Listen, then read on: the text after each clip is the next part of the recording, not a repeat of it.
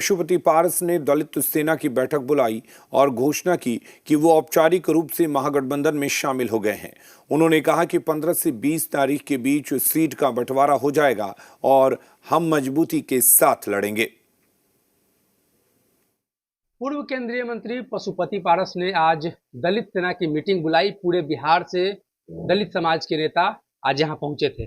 Sir, आज ये महत्वपूर्ण मीटिंग थी, चुनावी साल भी है, तो क्या संदेश है? देखिए, हमारी पार्टी तो है ही राष्ट्रीय लोक जनशक्ति पार्टी, और उसके साथ में हमारा दलित सेना है।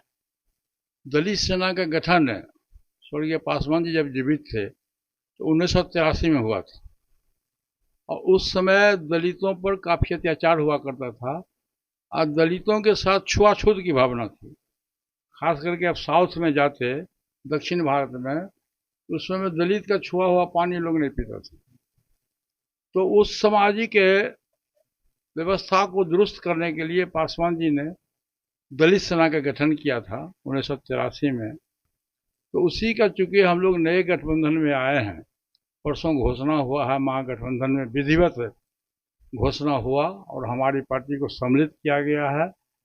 और हमारा एक उद्देश्य रहा, आज जो बैठक बुलाई गई है दलित सेना को, उसका एक उद्देश्य है कि जो सामने में चुनाव है, जो महापर्व है, उस महापर्व में सबको शरीक होना है।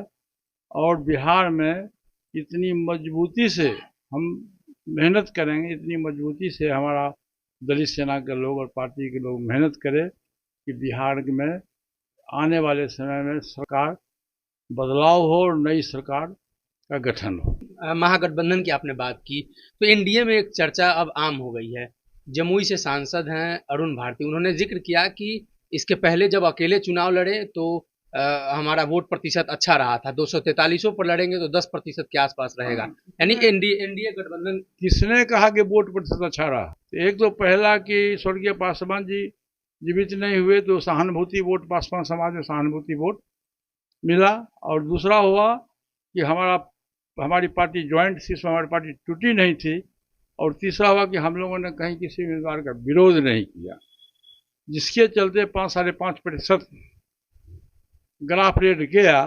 लेकिन आज देख लीजिएगा, जब विधानसभा का चुनाव होगा 2025 में, तो आप देख लीजिएगा कि बिहार की जनता का फैसला जो होगा उसमें 2% भी वोट नहीं मिलेगा।